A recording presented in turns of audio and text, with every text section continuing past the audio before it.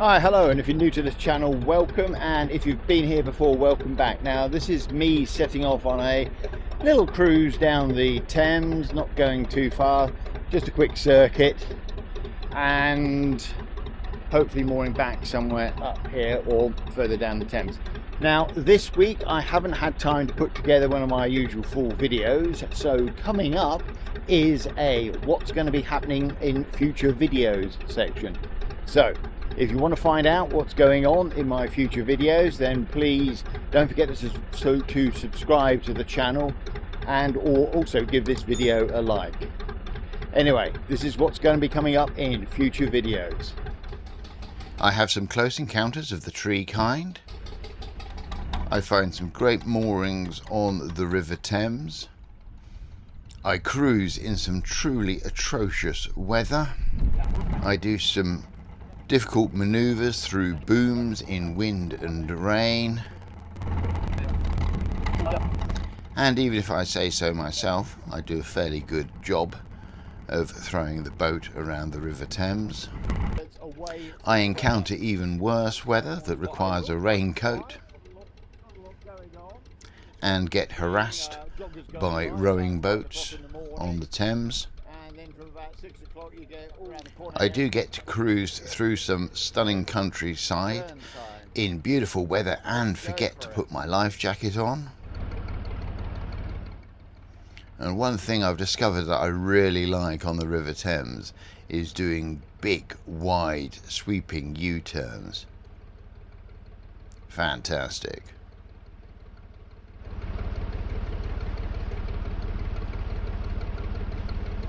It's kind of interesting how easily and quickly this can turn around. Look at that, not bad at all. Throw that boat around.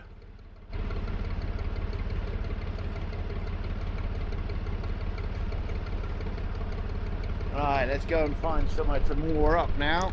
I'm absolutely amazed at how tight a turning circle I can get with the boat. I find a truly unique mooring spot. In fact, I was surprised I could even moor there. And the next morning they shut the mooring spot down and threatened to tow my boat away. I've been cruising through locks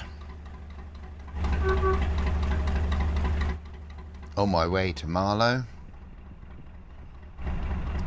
and I've found some great mooring in the Marlow area, which surprisingly for the River Thames has been free. That is, no charge. Although in some cases it has involved wading through some thick undergrowth and numerous insect bites. I spent some time cruising down to, through and around Marlow, and I also found some free, as in no cost, mooring in the centre of Marlow. A fantastic little mooring spot, but very difficult to actually tie up or get pins in. It gets there, but it gets there and it's being moored up for a week in the Marlow area. I've been encountering big boats on the River Thames. Hottest day of the year, and the salt steamer has just pulled out ahead of me. After much searching, I finally found some facilities I could use, a place to empty my toilets and somewhere to fill up with water. And just I cruised the regatta course and got chased by rowers. And this bit's particularly interesting. It's referred to as the Narrows. Takes me down the left-hand side of the river, so I've got still wider than a canal, but quite narrow for a river. To go down to the start. I got overtaken by some very fast big boats. This one was a river taxi for Henley Royal Regatta. I've been out for some sunset and nighttime cruises. Thames through the regatta area. And I've been provided with cups of tea on the back of the boat. Super secret camera shy lock helper that makes me cups of tea. It turns.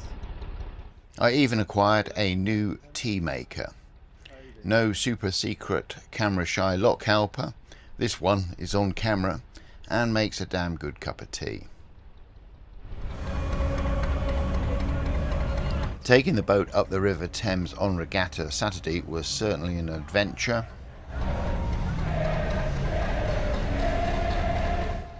And I was shocked at all the parties going on, particularly the one at the Angel on the Bridge. I've never seen so many boats just floating in a river with people dancing on them before. Cruising back down the river after sunset was stunningly beautiful and also a scary adventure. Cruising at night on a river that is full of obstacles such as piles, booms, floating buoys and fellow boaters is an interesting challenge. But going out at night on the Regatta Saturday meant that we saw the course in an entirely different way. Lots of parties, lots of fun, lots of people doing lots of things. But trying to find your way back in the dark through the gaps in the booms, and there's limited gaps, was a real challenge.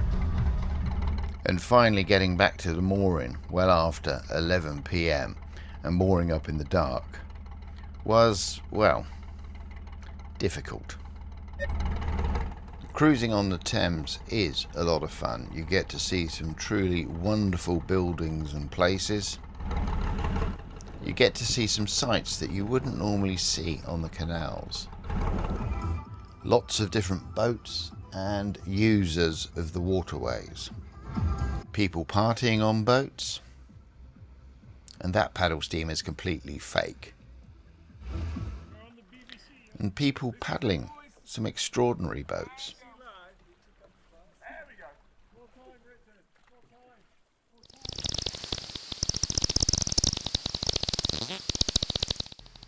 And even at night there are things to see and hear. If you know what these sounds are, let me know in the comments.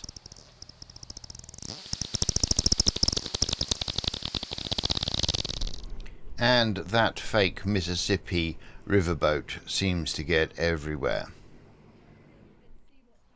There are novice crews and some very strange noises along the towpath at night.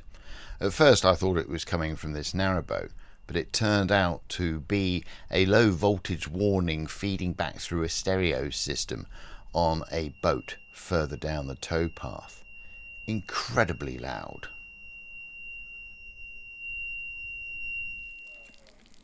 Finding resources is a challenge. Water taps are in short supply and often in a position where you can't get a hose to them. Some of the locals are not too friendly, and it can be difficult to find somewhere to leave your car overnight if you have one. And such a shame, as a beautiful village with a lovely church. Not all mooring on the River Thames is bad, but finding it can be difficult. Lots of rules, lots of charges, and it's not always obvious what you have to do, what you have to pay, or where you can and cannot moor. And I found some incredibly expensive mooring in Marlow. More on that in a later video. You won't believe the price. But you can find some truly wonderful free, as in no charge, mooring. And I did my first refuel from a fuel boat. You can't quite see it in this video, but moored up behind me is Thames Diesel. Filled a tank up, which was great. if you look around hard enough, you can find facilities on the Thames. Here I found a sluice in Marlow for emptying my toilet, but I couldn't work out how you could access it. And I found some anonymous green boxes which actually contained water taps, some of which didn't work and some which did. But they were so far from the river I couldn't work out how to connect to them with a hose. And I saw Brian Ferry. More on that in a later video. Okay, so that's just some of the fun things that I've been up to on the River Thames in the last few weeks.